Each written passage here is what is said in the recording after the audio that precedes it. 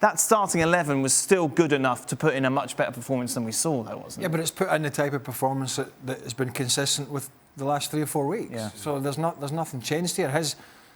Clearly he wants a break because his team are struggling. And I'm kind of conflicted with this whole COVID protocol because I don't want to see the Premier League or any league decided by who's managed to meander the way around this pandemic the best.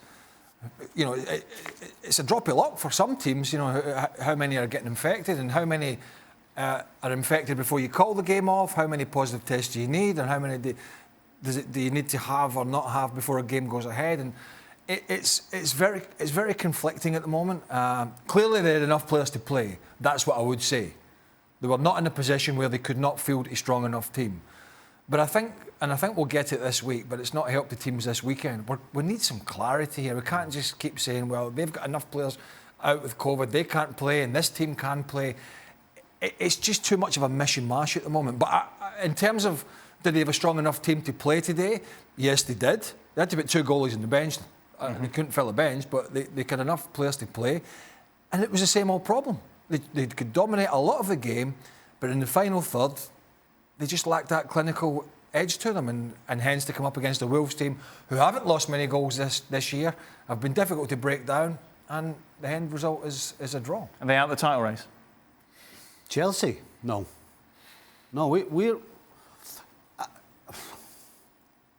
3-4 weeks ago, I remember sitting here going, this Chelsea team's a machine. It doesn't matter who puts the jersey on, they play the same. That was only 3 or 4 weeks ago. Yeah. Now you're asking me that question. Yep. City are sitting where I thought Chelsea was sitting 3 or 4 weeks ago. Because now it's like, this City team is a machine. It doesn't matter what names on the jersey they go and produce. But this is a machine. This is a machine that's produced before, isn't it? Yeah, like we know when City go on one of these runs. Things can change very quickly, though, Dan. All right, like when you don't. Well, you can't take your eye off the ball. The worst thing that can happen is for City to be thinking what you're thinking. Right. Well, we've done this before. We're on a great run. We'll just continue to do it. That's their biggest danger, because right now they seem to be the healthiest. They seem to have the fittest and the strongest, and they've got so many players that seem to be in form. I mean, right now, they're the team that looks just normal. This is not a Chelsea. I'm going to go back to this COVID thing, unfortunately. This is not a Chelsea thing on today, because today's performance was consistent with how they've been the last few weeks. But we need a bit of clarity here with this, because it's all very well saying if you need a specific number of positive tests within your squad. But listen, if your whole front line gets wiped out, or say it's Liverpool and your keeper and your whole back line gets wiped out, it's not enough to get the game called off. Yeah. There's enough. That's not right. We don't want a title. We don't want title races that are decided by COVID dropouts. So I think there has to be some clarity this week on where the Premier League in particular, who seem to be suffering the most at the moment in a football parlance, are going to go.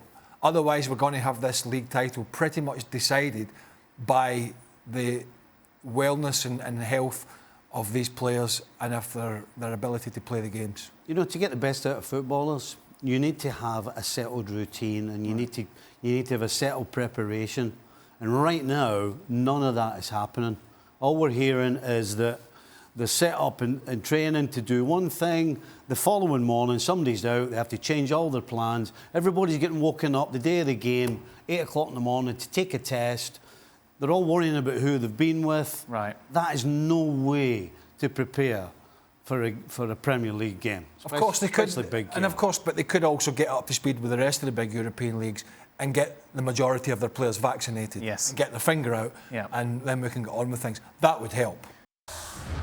Well, thank you very much for watching ESPN on YouTube. For more sports highlights and analysis, be sure to download the ESPN app. And for live streaming, premium content, and let's not forget as well, ESPN FC 7 days a week. Subscribe to ESPN+.